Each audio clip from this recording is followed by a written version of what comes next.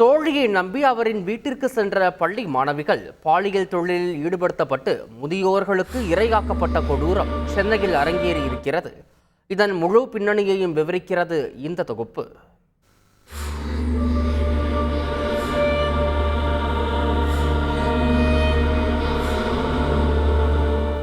பள்ளி மாணவிகளை வைத்து சென்னையில் பாலியல் தொழில் நடப்பதாக காவல் ஆணையர் சந்தீப் ராய் ரத்தோருக்கு சென்னை மாவட்ட குழந்தைகள் நலக்குழு புகார் அளித்திருக்கிறது. உடனே விசாரணை முடுக்கிவிடப்பட்ட நிலையில் சென்னை வலசரவாக்கம் ஜெயநகர் 2வது தெருவில் உள்ள வீடு ஒன்றை மத்திய குற்றப்பிரிவு போலீசார் சுற்றி வளைத்திருக்கின்றனர். அங்கு சைதாப்பேட்டையை சேர்ந்த 70 வயது முதியவர் ஒருவர் 17 வயது சிறுமியுடன் தனிமையில் நெருக்கமாக இருந்ததை கண்டு திடுக்கிட்ட போலீசார் முதியவரை பிடித்து விசாரணை நடத்திய நிலையில் அவர் அளித்த வாக்குமூலம் சென்னையை உலுக்கியிருக்கிறது.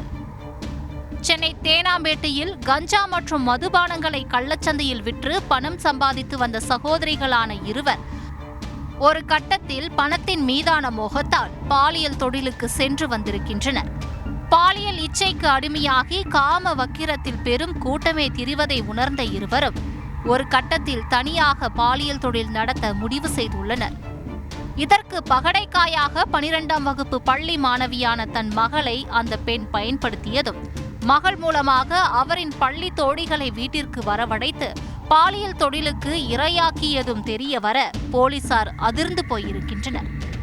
மகளை நம்பி தன் வீட்டிற்கு வந்த ஏழை எளிய பள்ளி மாணவிகளை அவர்களின் குடும்ப வறுமைகளை எடுத்து கூறி சகோதரிகளான இருவரும் மூளைச்சலவை செய்திருக்கின்றனர். பின்பு ஏதுமறியா பிஞ்சுகளின் கையில் 500ஐயும் 1000ஐயும் தந்து அவர்களை பாலியல் தொழிலில் ஈடுபடுத்திய இருவரும் முதியவர்களிடம் 25 முதல் 30,000 வரை விலை பேசி காம இச்சைக்கு இரையாக்கியது கொடூரத்தின் உச்சம். இது சில பள்ளி மாணவிகளின் பெற்றோர்களுக்கும் தெரியும் என கூறப்படுவது பகிர் கிளப்பி இருக்கிறது. அதிர்ச்சியில் திமிரியடும் பெற்றோர்களை இருவரும் பணத்தை கொண்டு அடக்கி விடுவதாகவும் சொல்லப்படுகிறது.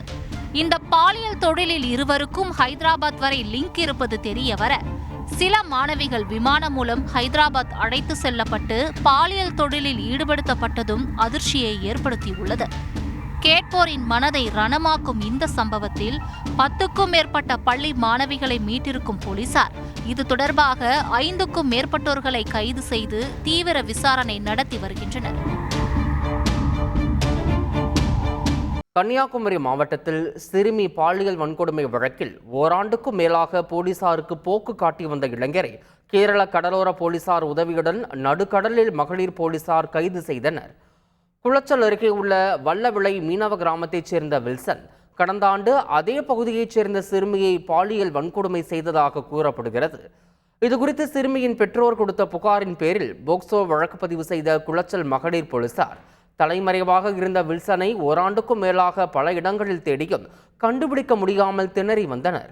அவர் படகில் தப்பிச் சென்று கேரள மாநிலம் விழுஞ்சம் துறைமுகத்தில் தங்கி கடலில் மீன்பிடி தொழிலுக்கு சென்று வருவதாக போலீசாருக்கு ரகசிய தகவல் கிடைத்தது. அதன்படி விழுஞ்சம் கடலோர போலீசார் உதவியுடன் கேரள கடலில் வைத்து வில்சனை குமரி போலீசார் மடக்கி பிடித்தனர். கைது செய்யப்பட்ட வில்சன் நாகர்கோவில் சிறையில் அடைக்கப்பட்டார். செய்திகளை உடனுக்குடன் தெரிந்து கொள்ள உடனே சப்ஸ்கிரைப் பண்ணுங்க.